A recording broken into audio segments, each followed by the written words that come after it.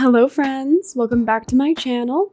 I'm Sarah Sunstone, and after playing over 250 hours of Coral Island, I've learned a lot from first-hand experience and from making mistakes. So today I will be sharing 10 more things that you should definitely not do when you are playing Coral Island in early access. Number 1 is do not pass out. If you go to bed after midnight, you will wake up with a stamina bar that is not entirely full. However, if you don't go to bed before 1 a.m., or if you deplete your entire stamina bar, you will pass out. And not only will your stamina be impacted the following day, but you will also be sent a medical bill. I played around with passing out on a member stream, and it seemed like I was billed a proportion of my income because I would lose more money when I had more money. So just do your best not to pass out and keep your money, especially until we know exactly what the penalty is and will ultimately be. Number 2 is do not give violets to the NPCs as gifts. In the spring season, these are readily available, and usually forageable flowers are a safe gift to give that most characters will like. However, violets specifically will give you a neutral reaction from most of the islanders, while many actually hate this flower.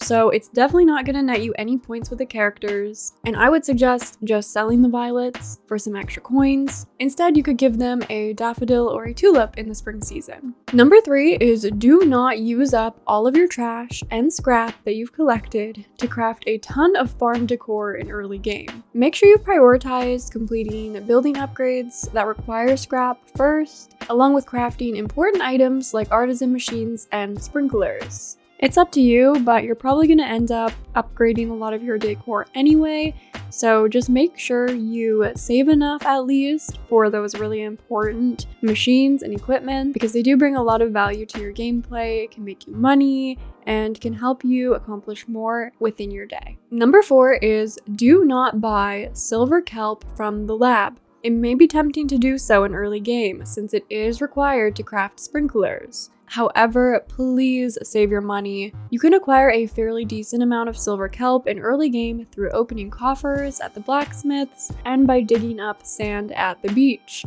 Once you've unlocked the deeper diving depths in the ocean, silver kelp will be incredibly abundant, so please save your money for other important projects. Number 5 is do not attempt to cook multiple dishes at once when cooking manually. There are 4 slots in the cooking interface where you can mix and match ingredients to attempt to make some sort of recipe. However, if you place, for example, 4 cranberries in the hopes of making 4 smoothies, you will not. So make sure you're always cooking recipes one at a time. Number 6 is do not sell any fish, bugs, sea critters, artifacts, fossils, or crystals before you've donated the first of each to the museum. I would even suggest keeping your eye on whether any of these items that you collect can be offered to the goddess at the temple in the future. Since the latest update, they've added indicators to show you whether or not each item will be an offering in the future. So I would suggest always checking this and saving a second one in a chest somewhere, so when the time comes that it needs to be offered, you will be prepared and you won't have to hunt that item down again. So once you've donated your first, saved a second one if relevant for an offering, sell away to your heart's content, and make some really good coral coin.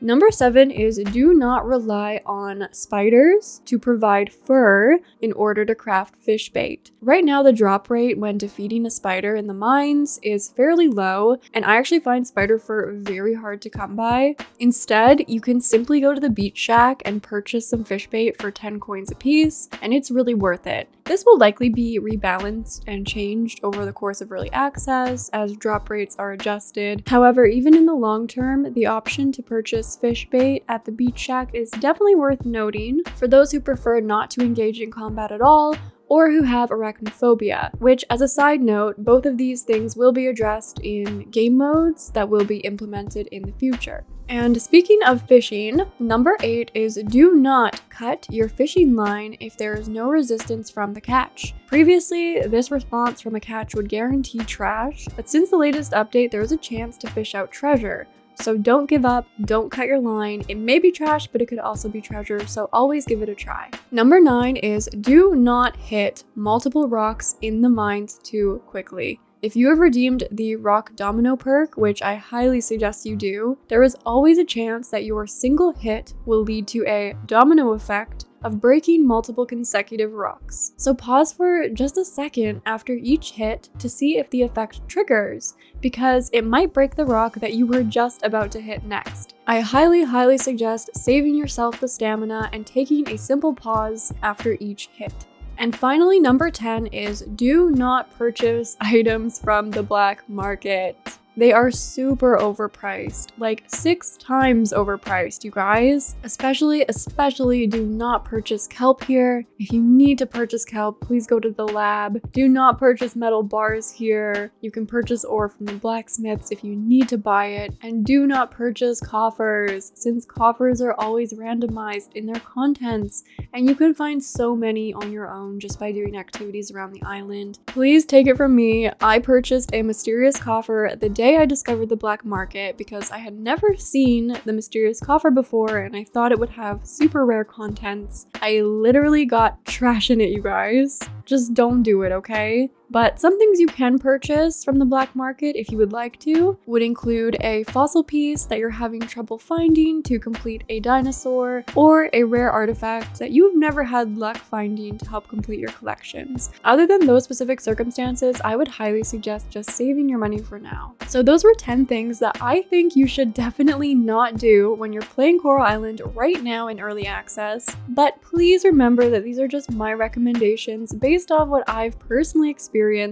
and the consequences of my own actions. But of course, you are more than welcome to play the game however you'd like. Use all your trash and scrap to make cute farm decor. Buy a ton of silver kelp to craft a ton of sprinklers and make watering a breeze. Sell whatever you'd like and make all sorts of money from all sorts of sources. It's your game at the end of the day, so play how you want to play. But if any of these tips did help you avoid some of the mistakes that I made, please let me know in the comments below. And let me know what mistakes you've made when playing Coral Island. I'd love to create a future community-focused episode where I share some of your experiences and mistakes that you've all made to help future players avoid them. As always, I so look forward to hearing from you in the comments. And with all that being said, thank you so much for watching. I love you all. And until next time, take care. And a very special thanks to Meredith, Formodus, Tansy, Cisco, Cheese, Coons, Divine Raven, and Magic, my beautiful Sunstone members. I love you all very much and thank you so much for the extra support, which really helps to make all that I do on this channel possible and means the world to me.